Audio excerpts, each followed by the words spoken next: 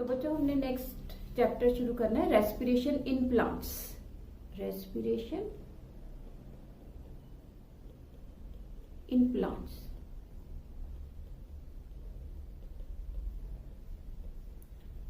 Respiration in plants की plants है जो वो कैसे रेस्पायर करते हैं, डू दे नीड ब्रीदिंग। तो जितनी भी लाइफ प्रोसेसेस है, चाहे वो एनिमल्स में है चाहे वो प्लांट्स में है, उनके लिए क्या चाहिए, एनर्जी। और वो जो एनर्जी है that we get by oxidising of the some substances है जो उनको हम ऑक्सीडाइज करके वो एनर्जी रिसीव करते हैं। एंड दो सब्सटेंसेस जिनको ऑर्गेनिज्म चाहे वो प्लांट्स है चाहे एनिमल्स है ऑक्सीडाइज करेंगे, that is known as food. ठीक है, तो रेस्पिरेशन है जो all life processes require energy which they get by oxidizing some macromolecules.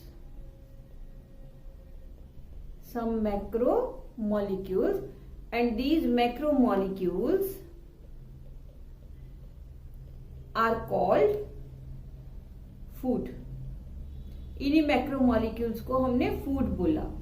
तो अभी जब हमने पिछला चैप्टर किया था फोटोसिंथेसिस, उसमें हमने बोला था कि जो फूड है that is manufactured by green plants and cyanobacteria. पूरा जो लिविंग वर्ल्ड है उसमें सिर्फ ग्रीन प्लांट्स एंड साइनोबैक्टीरिया ही अपना फूड है जो वो खुद बनाते हैं, बाकी सब इनके ऊपर डिपेंडेंट होते हैं। इवन इन प्लांट्स जो उसके ग्रीन प्लांट्स है, जो उसके ग्रीन पार्ट्स है वो तो फूड बनाएंगे, बट जो उसके नॉन ग्रीन पार्ट्स है वो फूड नहीं बनाएंगे।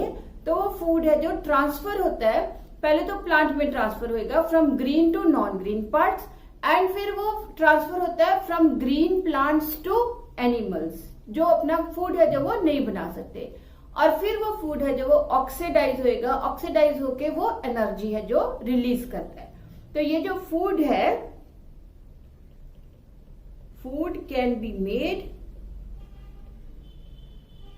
Only by green plants and cyanobacteria. All other organisms and non-green parts of plant are dependent upon these for their food.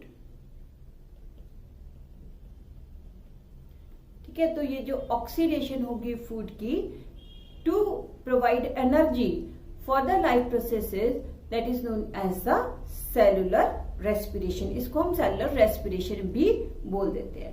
तो जो फूड जो ऑक्सीडाइज होगा उनको हम बोलते हैं respiratory substrates. The food which is oxidised is called respiratory substrate. ठीक है बेटे, अब दूसरा क्वेश्चन है डू प्लांट्स ब्रीथ, क्या उनको जरूरत है ब्रीदिंग की? Do plants breathe?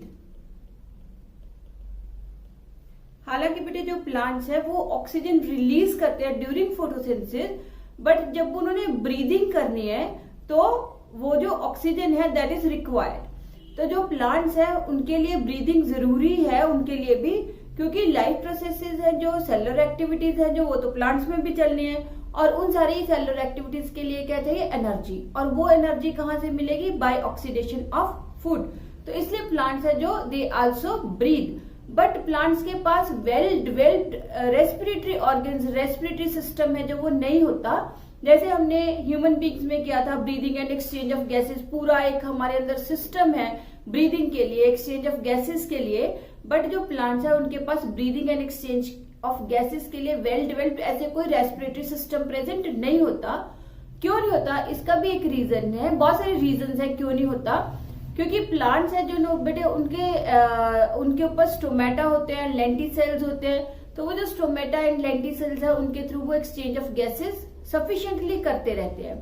दूसरी चीज की जो प्लांट्स है उनको एज कंपेयर टू एनिमल्स बहुत कम जो एनर्जी है उसकी जरूरत होती है, इसलिए उनके पास रेस्पिरेशन जो है वो कम होगी और रेट है जो वो स्लो हो जाएगा as compare to animals.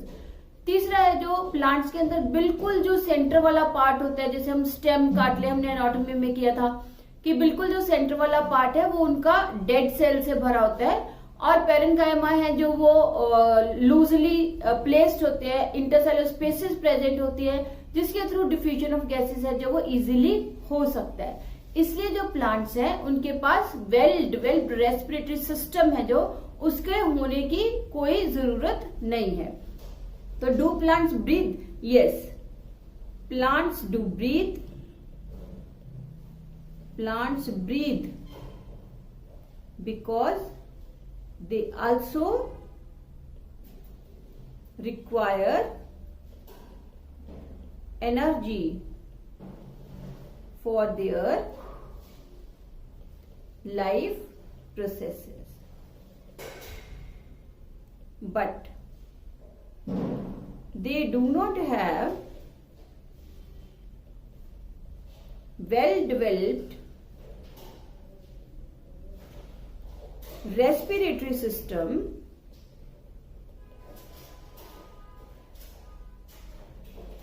because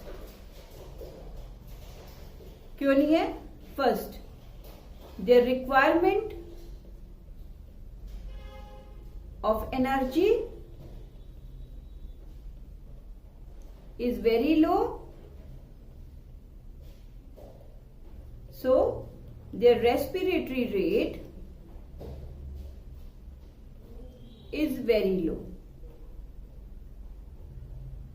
Secondly, they have stomata and lenticels for exchange of gases.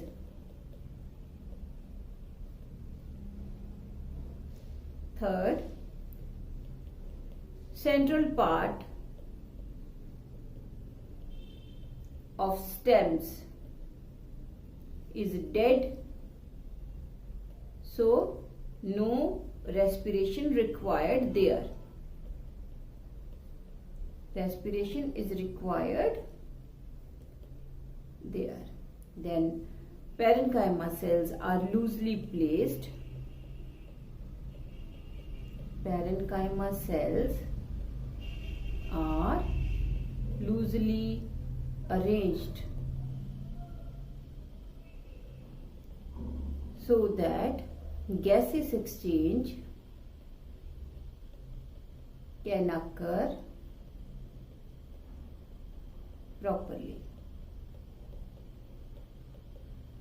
तो पेरेन्काइमा सेल्स है जो उनमें इंटरसेलुलर स्पेसेस होते हैं जिसकी वजह से एक्सचेंज ऑफ गैसेस है जो वो इजीली हो जाता है। तो इसके अलावा जो प्लांट्स है, ठीक है, तो जो प्लांट्स है उनकी रिक्वायरमेंट है जो एनर्जी की वो कम हो गई, रेस्पिरेशन रेट है जो वो कम हो गया, स्लो हो गया, एंड जो है इसमें leaves they are well adapted to take they are well adapted for exchange of gases and meet their energy requirement. ठीक है, तो हमने क्या कि उनकी एनर्जी की रिक्वायरमेंट कम है, वो सेल्स है जो वो लूजली प्लेस्ड होते हैं तो गैसेस एक्सचेंज इजीली हो जाता है, स्टोमेटा है उनके पास, देन लेंटी सेल्स है जो सफिशिएंट गैसेस एक्सचेंज है जो वो कर सकते हैं। तो ये हो गए reasons why they do not have well developed respiratory system. इसके अलावा देन हमने करना है नेक्स्ट इज द टाइप्स। पहले हम कर ले substrate, respiratory substrate. Respiratory substrate. क्या होता है रेस्पिरेटरी सबस्ट्रेट? कोई भी वो मैक्रोमोलिक्यूल जो ऑक्सीडाइज होगा ड्यूरिंग रेस्पिरेशन, उसको हम बोलेंगे respiratory substrate. The macromolecule which undergoes oxidation during respiration to produce energy is called respiratory substrate।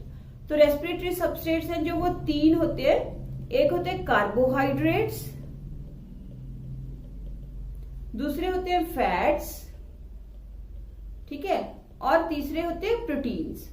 जैसे हम बेटा रूटीन में खाना वगैरह खाते हैं तो कार्बोहाइड्रेट्स, अगर हम अपना सफिशिएंट डाइट ले रहे हैं तो कार्बोहाइड्रेट्स है जो वो हमारा रेस्पिरेटरी सबस्ट्रेट है जो वो बन जाएंगे, दैट इज कार्बोहाइड्रेट्स ऑक्सीडाइज होंगे। एक्सेस ऑफ कार्बोहाइड्रेट्स अगर हम खा ले, उतने हमने बर्न नहीं किए जितने हमने इनटेक कर ली, तो एक्सेस ऑफ कार्बोहाइड्रेट्स है जो वो फैट्स में कन्वर्ट हो जाते हैं। तो फैट्स है जो वो रिजर्व फूड होते हैं। कभी किसी टाइम पे जैसे हमने फास्टिंग कर ली, तो फास्टिंग हमने एक दिन नहीं खाया, 2 दिन नहीं खाया, तो कार्बोहाइड्रेट्स नहीं मिलेंगे, तो फैट्स है जो वो बर्न आउट होने शुरू हो जाएंगे। प्रोटीन्स है जो ये हमारे सेल का कंपोनेंट होते हैं। जब भी रेस्पिरेटरी सबस्ट्रेट ना उसको कार्बोहाइड्रेट्स मिलेंगे ना फैट्स मिलेंगे, तो प्रोटीन्स है जो वो सेल्स प्रोटीन्स को यूज करना शुरू कर देंगे, क्योंकि प्रोटीन्स है जो they are not the reserve food. Proteins हमारे साइटोप्लाज्म, सेल के साइटोप्लाज्म का, सेल की मेम्ब्रेन्स का, सेल की वॉल का एक इम्पॉर्टेंट कंपोनेंट है। तो इसलिए अगर कोई सेल है वो ज्यादा देर तक प्रोटीन्स है जो उनको यूज करता रहता है एज रेस्पिरेटरी सबस्ट्रेट, तो वो सेल है जो वो खत्म हो जाएगा। मतलब क्या है कि अगर हम प्रोलॉन्ग्ड फास्टिंग करते हैं, महीना 2 महीने खाना नहीं खाते, तो प्रोटीन्स है जो वो ब्रेक डाउन होने शुरू हो जाएंगे। तो प्रोटीन्स वाली जो ये रेस्पिरेशन है वो ज्यादा लंबे टाइम तक नहीं चल सकती। तो जो रेस्पिरेशन में कार्बोहाइड्रेट्स एंड फैट्स यूज होंगे एज रेस्पिरेटरी सबस्ट्रेट, उसको हम बोलते हैं फ्लोटिंग रेस्पिरेशन। फ्लोटिंग रेस्पिरेशन, क्योंकि इसमें रिजर्व फूड यूज किया उसने, सेल से और कुछ नहीं लिया। जो रिजर्व फूड है वो यूज किया, सेल को कोई डैमेज नहीं होगा। और जब प्रोटीन्स यूज करता है एज रेस्पिरेटरी सबस्ट्रेट, तो उसको हम बोलते हैं प्रोटोप्लाज्मिक रेस्पिरेशन। पी से प्रोटीन्स याद कर लो और पी से प्रोटोप्लाज्मिक रेस्पिरेशन हो गया। तो बाकी जो 2 ही टाइप के, एक होगी फ्लोटिंग, एफ से फैट्स, एफ से फ्लोटिंग, ठीक है। पी प्रोटीन्स वाली प्रोटोप्लाज्मिक हो गई। तो 3 टाइप के रेस्पिरेटरी सबस्ट्रेट्स हैं जो वो हो सकते हैं, कार्बोहाइड्रेट्स, फैट्स एंड प्रोटीन्स। अब क्या है टाइप्स ऑफ रेस्पिरेशन। तो रेस्पिरेशन कितनी टाइप की है? टाइप्स ऑफ रेस्पिरेशन पढ़ा होगा आपने पहले भी कि रेस्पिरेशन है जो वो 2 टाइप्स की होती है। एक होती है एरोबिक रेस्पिरेशन और दूसरी होती है एनारोबिक रेस्पिरेशन।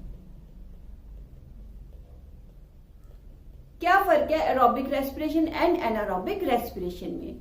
एरोबिक रेस्पिरेशन आपको पता है it occurs in the presence of oxygen, और एनारोबिक रेस्पिरेशन है जो it occurs in the absence of oxygen. तो एरोबिक रेस्पिरेशन है जो it occurs in the presence of oxygen. Anaerobic respiration, it occurs in the absence of oxygen. ठीक है। Aerobic respiration है ना बेटे, इसमें कंप्लीट ऑक्सीडेशन होगी फूड की, जो भी रेस्पिरेटरी सबस्ट्रेट है उसकी कंप्लीट ऑक्सीडेशन होगी। There is complete oxidation of respiratory substrate. और जो एनारोबिक रेस्पिरेशन है इसमें कंप्लीट ऑक्सीडेशन नहीं होती, इसमें इनकम्प्लीट ऑक्सीडेशन होती है। Incomplete oxidation of respiratory substrate.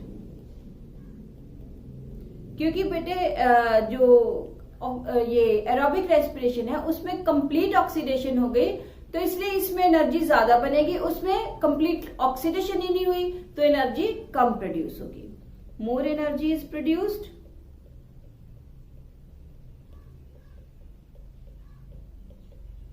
और इसमें लेस एनर्जी इज प्रोड्यूस्ड।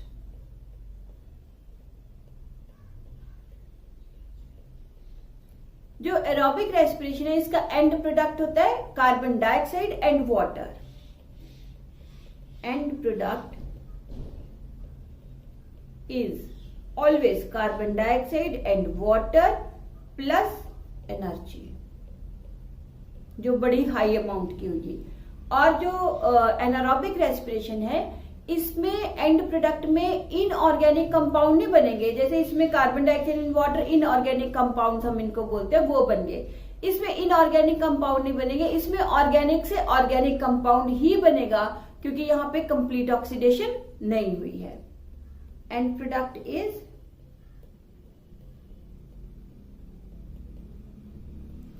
क्या है? एंड प्रोडक्ट इसमें ऑर्गेनिक कंपाउंड। ऑर्गेनिक कंपाउंड इसका एंड प्रोडक्ट होगा, जैसे ऑर्गेनिक एसिड्स हो गए,